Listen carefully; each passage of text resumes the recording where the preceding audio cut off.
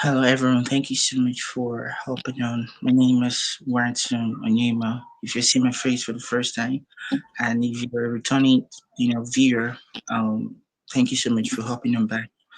And if you're a new, viewer anywhere in the world, thank you so much for hopping on as well. Like I said, my name is Warrington Onyema. Final year radiography student, medical writer, and also a YouTuber. So today I have an amazing guest speaker, a medical doctor in the UK. Dr. Olu, could you introduce yourself to the audience? Yes, of course. Hi, my name's Olu. So I'm a resident doctor working in the UK, specifically up north in Manchester. So I've been a doctor for about nearly a year now, working within the NHS. As well as a resident doctor, I'm a big advocate for women's health. I also work for a digital health company known as Glacy Health. So we kind of focus on women's health and the development of that, and improving women's health. Um, Conditions. As well as that, I'm also a social media manager for Melanin Medics, which is a charity within the UK that's here to support Black, Afro-Caribbean medical students, aspiring medics, medical students, as well as current doctors within medicine, to encourage them to get into medicine, supporting them whilst they're in medicine to reach the end of the course, and then also supporting doctors in the future, so specialty training, also giving them a wider understanding of what is available for them as medics, outside of like the NHS in general. So I currently wear a few hats there, but yeah, that's kind of a little bit about me. Amazing, Dr. Olu. Thank you so much for introducing yourself to the audience, and I believe that the audience have a little snippet of who you are and what you do. As a medical doctor and other extracurricular activities you do as well. So, Dr. Olu, we have a couple of questions for you to answer. You ready? Of course. All right. The first question goes this way. As a resident doctor, Mhm. what inspired you to pursue a career in medicine, and how do you think your passion for women's health has impacted your approach to patient care? Talk us through. So I think for a very long time, I've always been very interested in medicine, in science, in health, from a very young age. So I used to volunteer in things like hospices. I used to volunteer in hospitals, kind of just supporting people. I didn't necessarily know that I wanted to be a doctor at that point, but I think when I started putting things together, it was the science aspect as well as the human connection aspect that really engaged me. I love the idea of being able to make a difference in somebody's life, um, because a lot of the times when someone comes into the hospital, when someone comes to their GP, so their primary health practitioner, for you it might be like, this might be like the 20th 30th patient you see that day, but for them it's a very big deal. Whatever you say can make or break their day. The news you give them can make or break it, and you might leave not even remembering who they are, but they will always remember you. Do you know that Maya Angelou quote that says, it's not what you've done but how you've treated someone that they'll remember? So I think for me that's been quite a big driving point, and that's kind of what's encouraged me to go into medicine. But as well as that, I think during my medical degree, I've always like enjoyed women's health and things like that. But I think my medical degree really emphasized how much I enjoy working with women. So like my obstetrics and gynecology rotations, they just inspired me so much. Not just the conditions, but I think the impact have you can have on women as a whole, was something that's just, I think it just completely moved me. And from that point, I've been very insistent on making sure that whatever I do is kind of puts women in the forefront, puts women in the center. So I think that's kind of what I want to do with my career, and I'm just working towards that. Amazing narratives, Dr. Olu.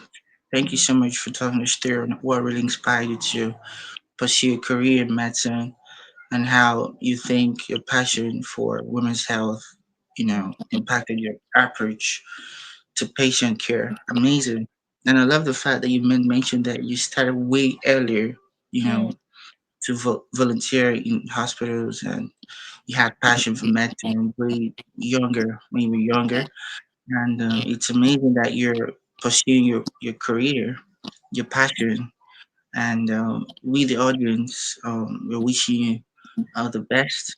And I know you're gonna do amazing well, even more that you've done in the women's health as well, in general.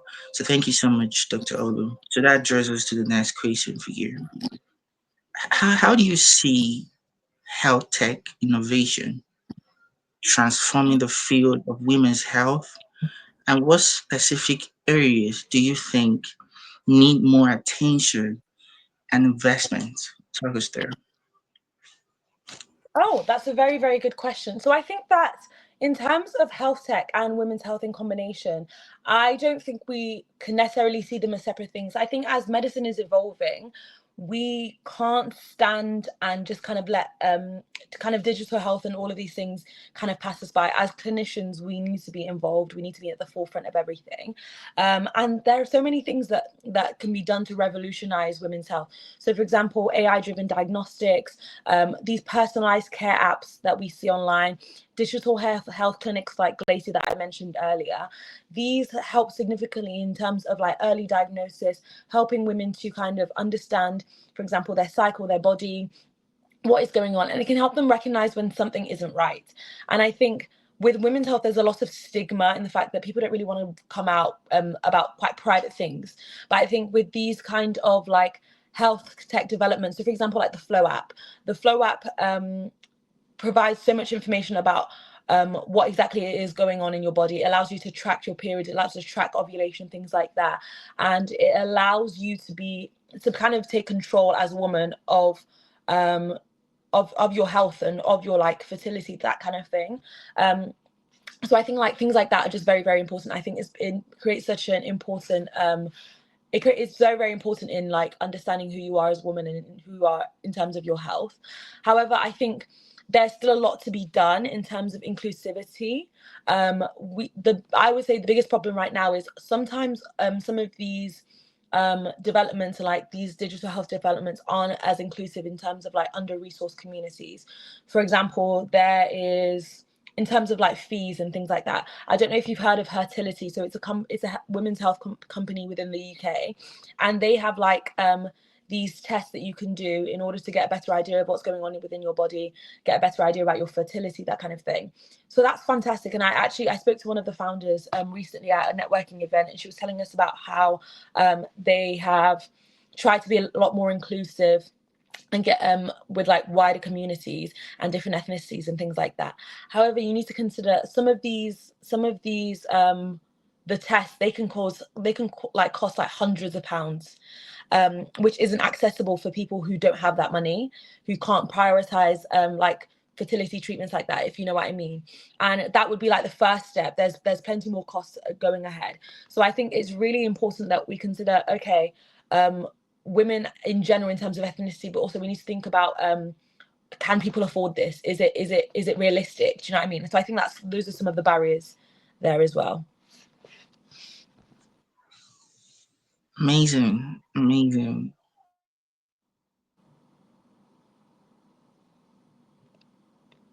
General, there are new healthcare, technologies, advances, Hmm. innovation, transforming the field of medicine in general. And I love the fact that you made mention of apps, Hmm. especially in the UK, that is helping to, transform, the field of women's health, and the specific areas that needs attention and investment as well. You made mention about the flu app, amazing. I think I know one of the doctors that work at Flu Health in Hmm. UK. I think is she's I've forgotten her name. She's one of the people that recruits medical doctors. Like if there are opportunities, she posts it on her LinkedIn and all those things. And I have her on my YouTube very Hmm. soon. I'm going to invite her, and she's going to talk about major things on how flu health is impacting, the community at large in terms of transforming the field of medicine in general. So thank you Hmm. so much, Dr. O, for mentioning the things that needs attention and investment. And I Yeah. believe that the audience are really enlightened more about it. So the next question for you, Dr. Olu, is what are some common misconceptions or gaps in knowledge that you've encountered among patients or healthcare professionals when it comes to women's health? And Mm. how do you address this in your practice? Because I know there are too many, misconceptions about, in women's health. Because I know Dr. Adana talked about that. So I would love to hear your perspective. Yeah. So obviously, Dr. Dana and I work together. So I think we have quite a similar mindset. I think for me, the biggest misconception in terms of women's health, let's talk about periods. So I would say like the biggest misconception there would be like painful periods are normal. I don't know what Dr. Dana said, but for me, that's like my main thing. Like a lot of people assume that like being in crippling pain monthly, not being able to walk, not being able to go to work, not being able to do your daily activities, like that is normal. And that's just what it is to be a woman. It's not. A lot of these times we're as women we are taught that like that's just how it is. We just need to kind of suck it up and just keep going. Unfortunately, a lot of women end up living in quite significant pain. And sometimes there are a lot of underlying conditions going on. So for example, I don't, you know about endometriosis. So like within the UK, there is an 8-year timeline from initial symptoms to when people are diagnosed, and some people just assume like these kind of painful periods you would experience in like endometriosis, adenomyosis are normal. And I think it's really important to emphasize to women. I was at like a women's menstrual health event the other day, and I think it's really important that we kind of as clinicians that we kind of encourage women to advocate for themselves, because things like these painful crippling periods aren't normal at all. And I think the way in which we can manage this and the way we can like address this would be to create a safe space for these women to ask these questions that might seem taboo, might seem like it goes against what society tells us, that we just need to be quiet, we need to bear and endure it, but also like encouraging women to advocate for themselves. So that's why these, as I mentioned, like things like these digital tracking apps like Flow are really important, because it can show you like, oh, your period has been going on for this amount of time, that's not really normal, or your period is this and this not expensive, painful, like that's not normal. And I think encouraging women to advocate for themselves, whether at the GP, whether at like secondary care with obs and gynae doctors in hospital, I think that's a really, really big step.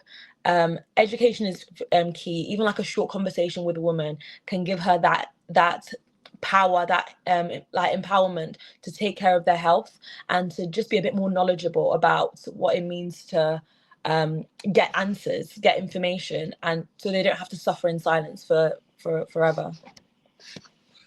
Amazing. Endometriosis is a common, disease amongst women, Yeah. right? Yeah. So I It's mean, if anybody doesn't know what endometriosis is, basically, you have a lining in your womb that every month will shed, and that's what causes the period. In endometriosis, unfortunately, that lining is supposed to, it's usually, it just stays in the womb in a like a normal individual, but in endometriosis, you can get this lining in your bladder, in your bowels, you can get it in your lungs, you can get it in your brain sometimes, which can be quite severe. As a result of that, you get very extreme pain, usually comes on before your period even starts. You can get bleeding from your bowels, you can get bleeding from your bladder, so in your urine and things like that. Some women cough up blood because they have this tissue in their lungs as well. It causes quite severe pain, and it's very like debilitating, it's very crippling. Um, and some people just think it's normal. Some people think it's just normal to just experience that kind of thing because they don't know any better. They haven't been taught to advocate for themselves. They haven't been taught what is normal and what isn't. Do you know what I mean?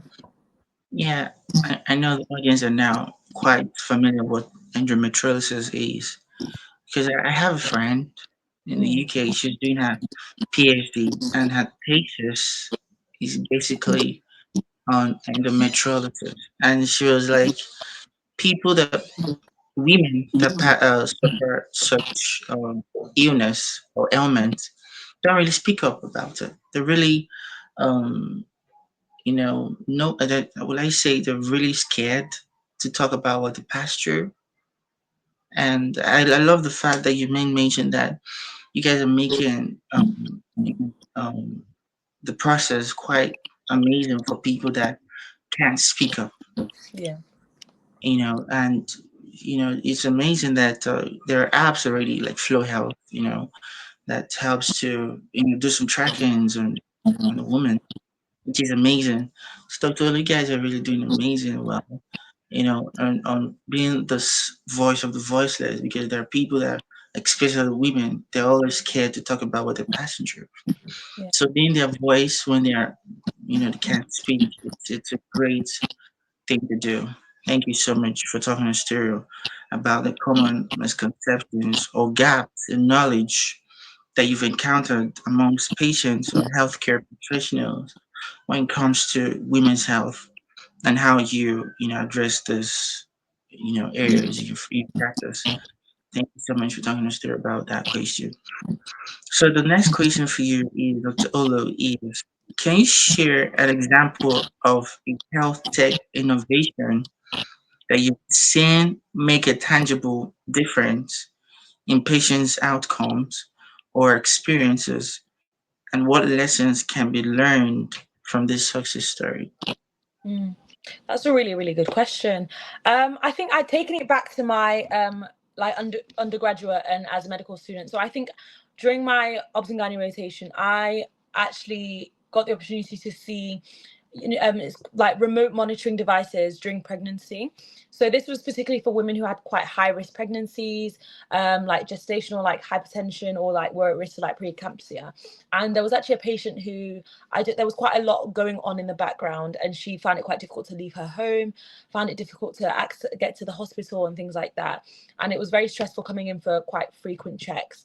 But because of like remote blood pressure monitoring and things like that, with a specific app that was being developed, and some equipment that was given to her at home, they were actually able to keep a very close eye on her without her having to constantly travel to us, which I think puts her in control of her health, made her feel a lot more safer, helps in terms of communication with healthcare, with like members of the healthcare team. And I think it was really, really important because it showed that um like health tech and like the developments and that we make don't necessarily have to stay in hospital, but we can bring like this kind of tech to the patients, making, because I think there's something really important about holistic care. So they saw a problem, they saw how the patient was having some difficulty, and rather than kind of just expecting her to kind of fit into one size fits all, they try to make care that worked best for her instead. Like it was very, very thoughtful, but it also improves things like this, also really improve outcomes in terms of pregnancy and things like that.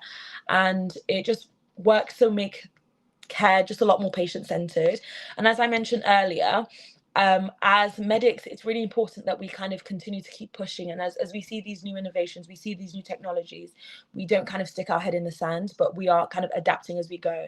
Because um, like digital health isn't going to stop at any point. I think the NHS are going to become more digitized. These new innovations are going to become more in use within the NHS, and I think it's really important that we get to know what is available and how we can put this to help patients, and how we can help our medical, like how we can help each other within medicine, if that makes sense.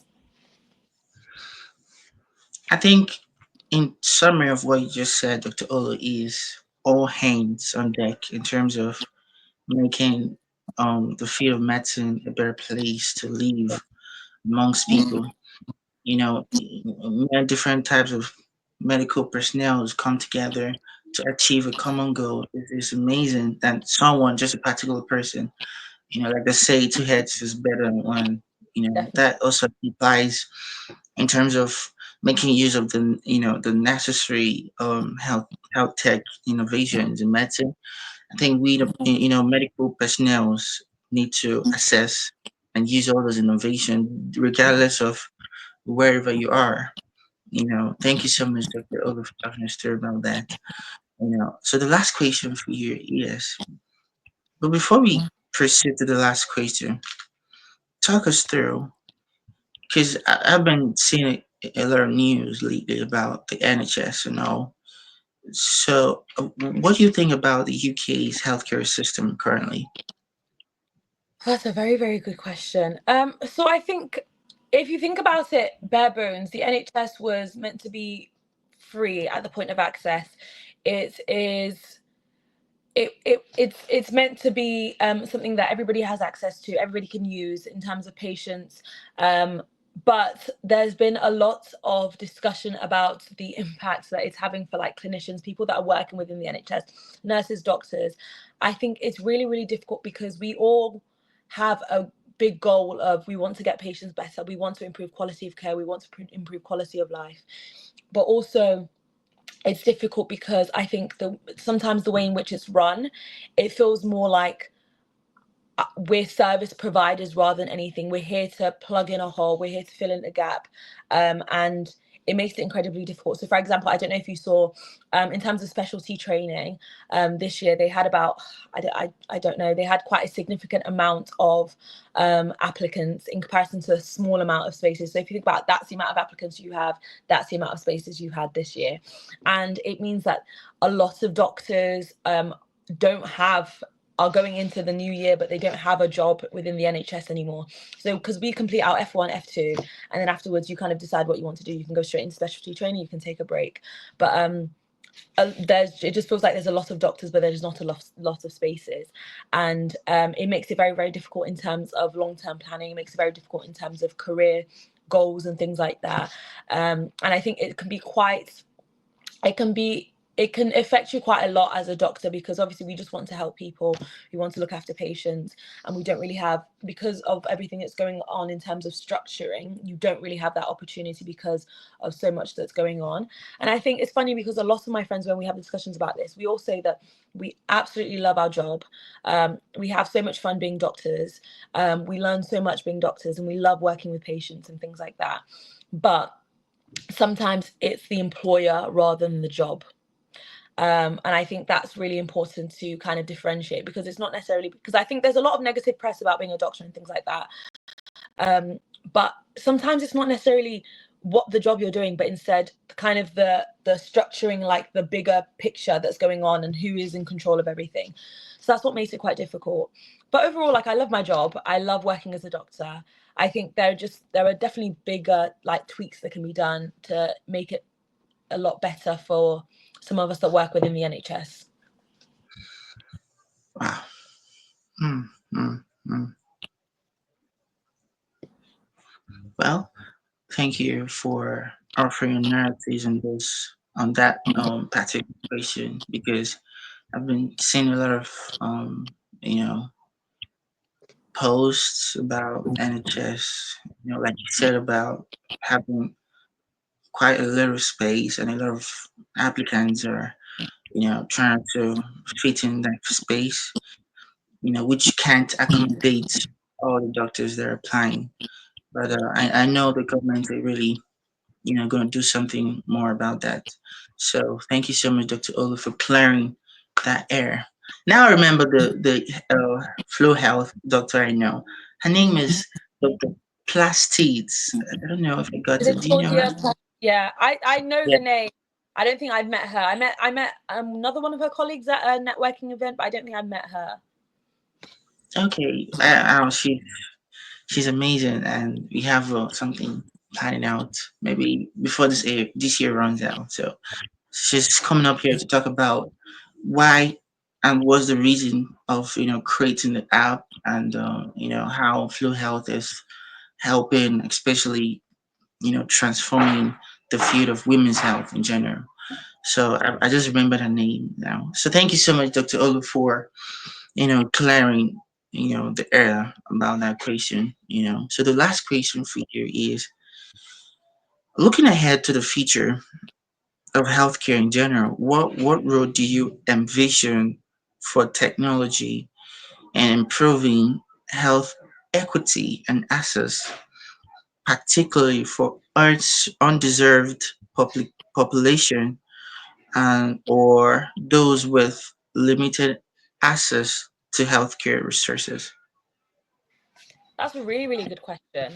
So I think I would say quite bare bones. So like digital health and tech needs to be a leveler. So we need to create a level playing field rather than creating a barrier. So as I mentioned before, sometimes there are a lot of things that kind of price individuals out. For example, like the cost of things, access. I see a future in which digital like health and tech help to like reduce wait times currently within the NHS. They help to kind of reduce like language barriers and things like that, geographical access, trying to reduce the impact of this. So things like telehealth clinics, that we continue to build those up, using like translators, because that's something that we use quite commonly in the NHS, and obviously that's a form of like digital health, and digital like tech has been worked in to make sure that we have those translators at all times, like mobile clinics, diagnostic techs in like rural areas as well, in terms of like geography. I think it's really, really important that like we are using this tech that we have to create a level playing field, especially for like underserved populations, underserved communities, ethnic minorities that wouldn't necessarily have access to these kind of things. We need to make sure that it's not just for like the 1%, but instead that this is for the population as a whole, and that the tech that we are building, the tech that we are producing, that it reflects the communities that it's meant to serve, if that makes sense. And yeah, and I think that's just really, really important, because especially because as like my work as like a, so like working with melanomedics and like encouraging people from like Afro-Caribbean backgrounds and things like that, and like widening participation, it's really, really important that we get black people, black like Afro-Caribbean people into these spaces, because we can give like a certain insight that somebody from a different background may not have. So it's really important that we have individuals like this in there, because they can give that kind of insight, if that makes sense. But yeah. Amazing, Dr. Olu. Thank you so much for your time today. We've come to the end of the session, and yeah, if you love this content, do well to like, share, comment, and subscribe as well. So if you're looking forward to connecting with Dr. Olu, yeah, her details will be on the YouTube description below. And you have questions to drop on the comment section, it's open for you. And yeah, I'll direct the question to Dr. Olu once I see the question. So yeah, thank you so much, Dr. Olu. Thank you, everyone. Make sure to watch this video to the end. And yeah, Oh, thank you thank so much for having me around. It's been lovely. Thank you. you, amazing. You're amazing.